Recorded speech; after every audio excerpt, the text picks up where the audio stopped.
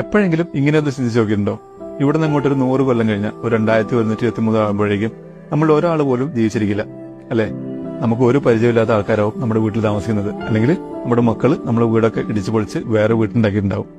നമ്മൾ ഒരുപാട് ലോണും കടമൊക്കെ വാങ്ങി കഷ്ടപ്പെട്ട് ഉണ്ടാക്കിയ സ്വപ്ന വീടാണ് ഓർമ്മ കാണും. അത് മാത്രമല്ല, ഇന്ന് നമ്മുടേതാണെന്ന് പറയുന്ന അല്ലെങ്കിൽ നമ്മൾ കൈവശം വയ്ക്കുന്ന എല്ലാ സാധനങ്ങളും മറ്റാരുടെയെങ്കിലും ആയിട്ടുണ്ടാവും, കുറെ നശിപ്പിക്കപ്പെട്ടിട്ടുണ്ടാവും. അതൊന്നും വേണ്ട, നമ്മുടെ പിൻതലമുറയിൽ വരുന്ന എത്ര പേര് നമ്മൾ ഓർക്കും ഇങ്ങനെ ഒരാൾ ഇവിടെ ജീവിച്ചിരുന്നുവെന്ന അറിവുണ്ടാകും. നമുക്കറിയോ, നമ്മുടെ മുത്തച്ഛന്റെ അച്ഛന്റെ പേര് വെച്ചാൽ നമ്മൾ എത്ര പേർക്ക് പറയാൻ കഴിയും?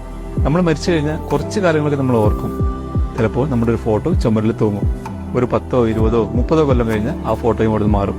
നമ്മളും സാവധാനം വിസ്മൃതിയിലേക്ക് മാറും.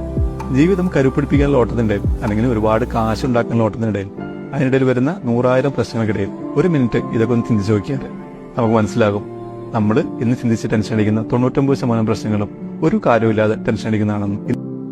ലോകത്തെ എല്ലാവർക്കും ഒരേപോലെ ഒരേ ഒരു കാര്യമേ ലഭിച്ചിട്ടുള്ളൂ, അത് സമയമാണ്. എല്ലാവർക്കും ഒരു ദിവസം 24 മണിക്കൂർ തന്നെയാണുള്ളത്. ആ മനസ്സിലായിക്കോളൂ, നിങ്ങൾ ഇപ്പോഴും ഉറക്കത്തിൽ തന്നെയാണ്. നിങ്ങൾ ഏതോ ഒരു ഫാന്റസി വേൾഡിലാണ്.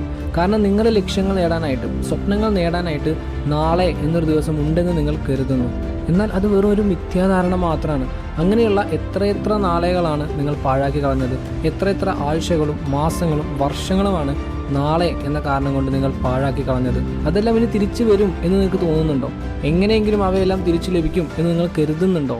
ബുദ്ധൻ പറഞ്ഞതുപോലെ, the trouble is you think you have time. ഈ ലോകത്തെ ഏറ്റവും മൂല്യമുള്ള വസ്തു പണമോ സ്വപ്നമോ വജ്രമോ ഒന്നുമല്ല, അത് സമയമാണ്. നമ്മളുടെ ഏറ്റവും വിലപ്പെട്ട സ്വത്ത് നമ്മുടെ സമയം തന്നെയാണ്.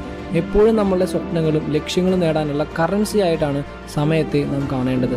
എന്നാലും എപ്പോഴും നാം ഓർക്കേണ്ട ഒരു കാര്യം, സാധാരണ കറൻസി ചെലവഴിക്കുന്നത് പോലെ സമയത്തെ ചെലവഴിച്ചു കഴിഞ്ഞാൽ അതൊരിക്കലും തിരികെ വരില്ല എന്നാണ്.